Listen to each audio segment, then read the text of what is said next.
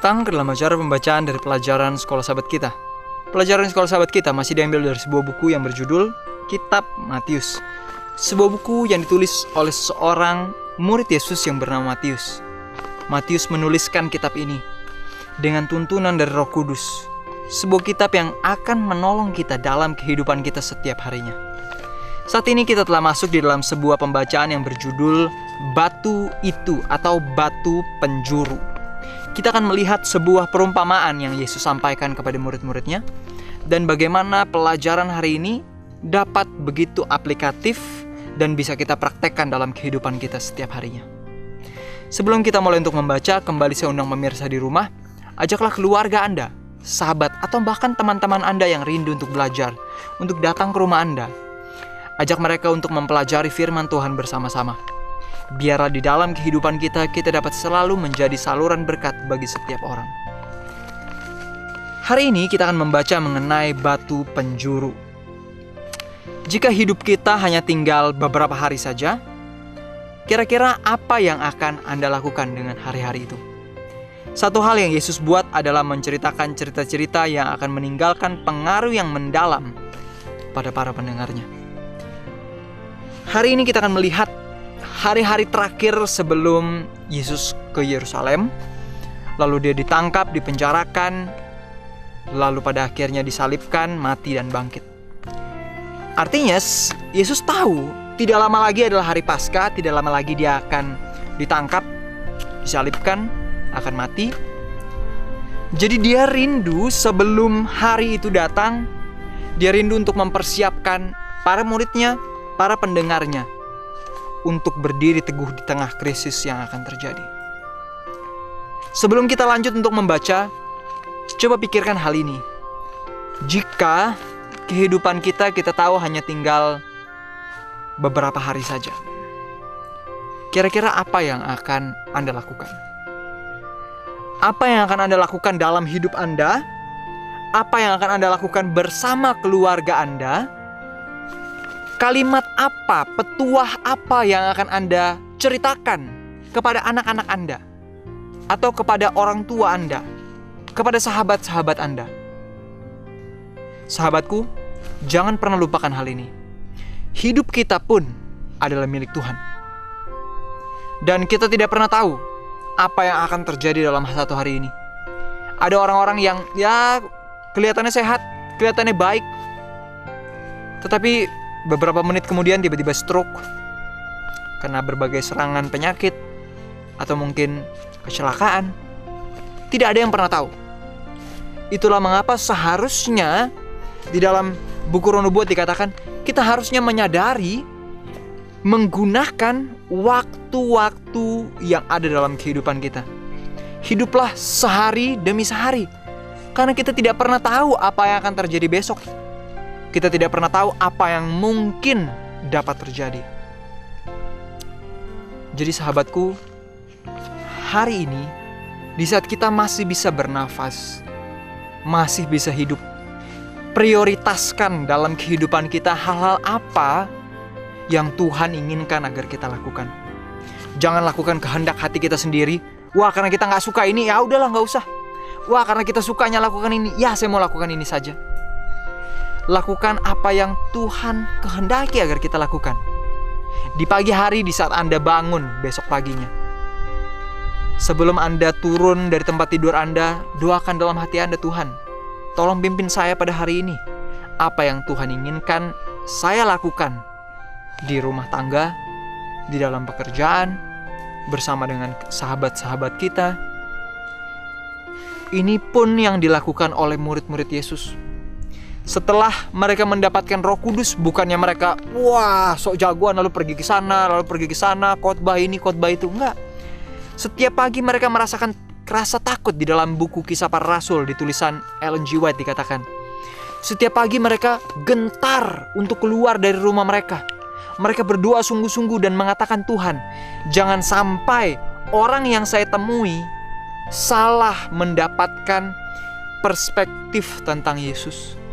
Jangan sampai mereka salah mengenal, melihat karakter Yesus yang saya tampilkan.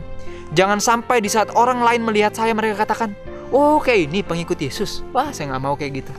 Jangan sampai hal itu keluar dalam pikiran atau mulut mereka. Sahabatku, pikirkan baik-baik. Biarlah setiap hari yang kita jalani, kita anggap itu sebagai hari-hari terakhir kita. Kalau hari ini adalah hari terakhir, tentu kita akan habiskan waktu bersama orang-orang yang kita kasihi, mempersiapkan mereka, mendidik anak-anak kita, memberitahukan kepada mereka apa yang dikatakan firman Tuhan. Gantinya kita hanya suruh-suruh mereka, hei kamu ini, kamu begitu, kamu baca Alkitab. Sementara mereka masih mau dididik, duduk samping mereka, berdoa bersama mereka, ceritakan apa yang Anda ketahui, motivasikan kepada mereka untuk mencari, mengenal Tuhan secara pribadi. Sahabatku, kalau hari ini adalah hari terakhir kita, pasti kita akan persiapkan keluarga, sahabat, teman-teman kita untuk kedatangan Kristus. Nah, begitu juga dengan Yesus. Karena dia tahu hari-harinya sudah semakin singkat, dia memberikan perumpamaan yang satu ini. Anda dapat membacanya di dalam Matius 21 ayat 33 sampai 46. Di sana menceritakan tentang ada tuan tanah yang hendak pergi ke negeri yang jauh. Lalu sebelum dia pergi, dia percayakan tanah tersebut kepada para penggarap. Jadi ada orang-orang yang mengolah tanahnya. Lalu dia pergi ke negeri yang jauh. Sementara dia pergi, sudah berapa lama dia kirimkan utusan untuk ke tanah tersebut kepada para penggarap yang dipercayakan, untuk mengambil sebagian dari hasil tanahnya. Namun para penggarap itu justru malah menganiaya utusan yang dikirim. Utusan kedua dikirim, dianiaya juga. Mereka tidak mau mengembalikan sebagian dari hasil tanah itu kepada sang pemilik tanah. Berulang kali hal itu terjadi. Setiap utusan selalu dianiaya. Lalu pada akhirnya sang pemilik tanah, dia bukannya langsung marah, langsung kesal, enggak. Dia masih tetap bersabar. Dia katakan, oh mungkin karena saya kirim orang asing makanya mereka tidak kenal. Saya akan kirimkan anak saya. Dikirimkannya lah anaknya. Anaknya dikirim ke tanah tersebut. Lalu gantinya merasa, oh ini yang punya tanah, ini anak yang punya tanah.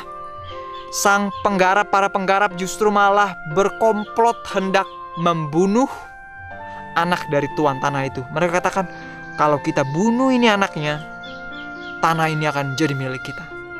Karena orang yang akan mewarisi tanah itu sudah mati. Lalu mereka membunuh anak dari tuan tanah tersebut.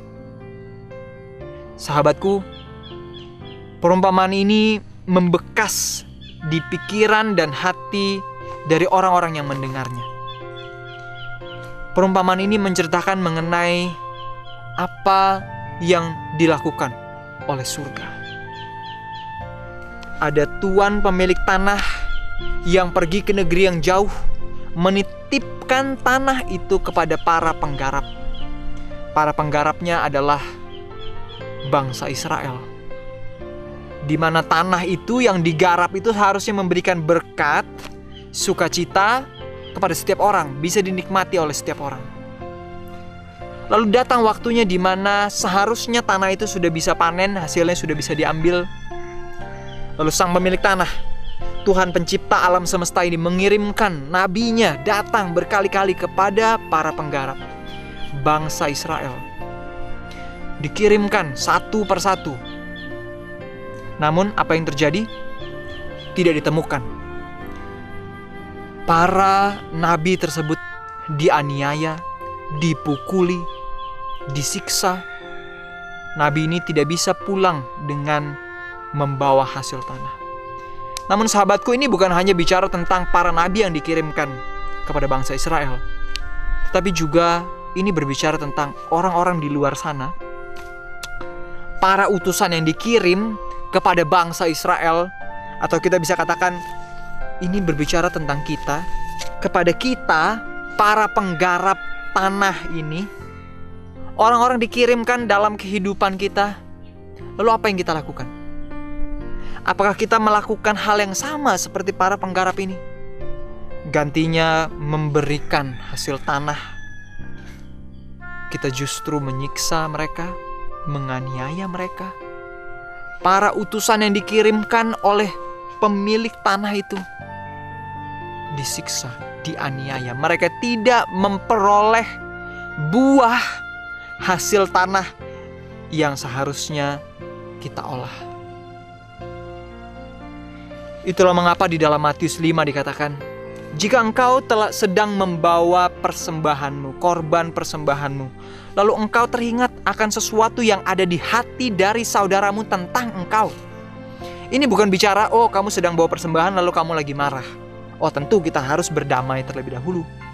Tapi ini berbicara, kita sedang membawa persembahan lalu kita teringat akan sesuatu di hati saudara kita. Mungkin ada saudara kita yang sedang kesal kepada kita, sahabat kita yang gak suka sama kita. Ada sesuatu yang mengganjal di hati orang tentang kita. Bukan kitanya yang sedang kesal, orang yang sedang kesal tentang kita mungkin. Firman Tuhan katakan apa? Yesus katakan, tinggalkan dulu persembahanmu, pergilah berdamai dengan dia. Jika hari ini kita sedang kesal, sedang marah dengan orang lain, atau sebaliknya, kita tahu ada orang yang sedang kesal dengan kita, Yesus katakan apa? Tinggalkan dulu persembahan kita, pergi kepada mereka dan pergilah berdamai. Sahabatku, ini juga yang terjadi ketika para utusan dikirim kepada para penggarap tanah itu. Para penggarap itu tidak memberikan buah kepada mereka, tidak memberikan hasil tanah yang seharusnya mereka bisa berikan. Bagaimana dengan kita? Tuhan mengirimkan dalam kehidupan kita banyak orang. Ada keluarga kita, sahabat kita, rekan kerja kita.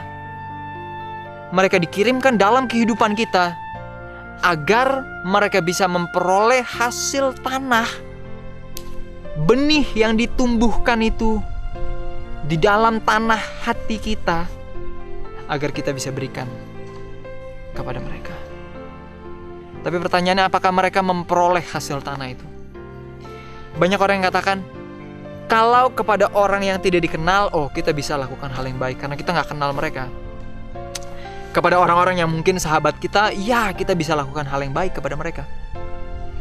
Tetapi seringkali kepada orang-orang yang mungkin memperlakukan kita dengan tidak adil, orang-orang yang membuat kita kesal, seringkali sulit bagi kita untuk memperlakukan mereka dengan cara yang sama seperti orang yang baik kepada kita. Namun disinilah pelajarannya. Sampai pada akhirnya Tuan tanah ini mengirimkan anaknya sendiri, dan anaknya pun dianiaya dan disiksa. Mari kita lanjutkan dalam pembacaan kita. Perhatikan kutipan Yesus dari Mazmur 118 ayat 22 dan 23. Dalam mengutip nubuatan tentang batu yang dibuang, Kristus merujuk kepada suatu kejadian dalam sejarah Israel. Jadi setelah dia ceritakan perumpamaan itu, Yesus menceritakan tentang batu penjuru yang dibuang, seperti kutipan dalam buku Mazmur. Kristus merujuk kepada kejadian dalam sejarah Israel. Peristiwa itu dihubungkan dengan bangunan bait suci yang pertama. Ketika bait suci Salomo dibangun, batu-batu besar untuk dinding dan dasar disiapkan seluruhnya di lokasi pertambangan. Setelah batu-batu ini dibawa ke bangunannya, tidak ada sebuah alat yang digunakan lagi, dan tidak ada suara memahat atau memalu yang terdengar. Para pekerja tinggal meletakkan mereka pada posisinya untuk penggunaan pada bagian dasar. Salah satu batu ukurannya dan bentuknya aneh telah dibawa, tetapi para pekerja tidak menemukan tempat baginya, dan mereka tidak akan menerimanya. Itu menjadi suatu gangguan bagi mereka karena itu akan terletak, tidak terpakai dan menghalangi mereka. Batu itu menjadi sebuah batu yang ditolak. Di sini ceritakan tentang ada sebuah peristiwa membangun. Orang-orang membawa batu, namun ada satu batu yang besar yang tidak digunakan karena bentuknya yang kelihatannya aneh. Batu itu lalu mereka singkirkan. Lalu di sini dikatakan, tetapi ketika tukang-tukang hendak meletakkan batu penjuru, Lama benar mereka mencari sebuah batu yang cukup besar dan kuat dan tepat dan benar ukurannya untuk mengambil tempat tertentu itu dan menanggung berat yang luar biasa yang akan dibebankan kepadanya. Pada akhirnya perhatian mereka tertarik kepada batu yang sudah lama ditolak. Batu itu diterima, dibawa ke tempat tertentu dan ternyata batu itu paling cocok. Kita juga mendengar kisah tentang batu penjuru. Orang-orang yang membangun biasanya tahu ada sebuah batu penjuru yang diletakkan sebagai sebuah dasar, fondasi. Batu itu harus batu yang kuat, batu yang besar, supaya tidak mudah hancur. Dan diceritakan ada orang-orang yang membangun, mereka menemukan sebuah batu yang besar. Awalnya mereka tidak pakai, disingkirkan batu itu. Batu itu menggambarkan tentang Yesus. Kita telah melihat perumpamaan yang pertama, Sang Pencipta langit dan bumi. Dia mempercayakan kepada kita manusia, terutama kepada bangsa Israel pada zaman itu, tentang untuk menggarap tanah. Namun mereka tidak melakukan tugasnya dengan baik. Mereka menolak setiap utusan yang dikirim oleh Sang Pencipta. Mereka bahkan membunuh anak yang dikirimkan oleh tuan tanah itu. Yesus ditolak, dianiaya, disiksa, dan dibunuh. Sahabatku, hari ini kita melihat batu penjuru yang ditolak. Namun akan datang sebuah masa di mana batu itu diperlukan oleh mereka. Batu yang setelah disingkirkan itu ternyata punya fungsi yang sangat besar. Mereka coba mencari batu-batu yang lain untuk menjadi dasar fondasi sebagai batu penjuru, tapi gak ketemu. Hanya batu itu yang paling cocok, batu yang sudah disingkirkan itu.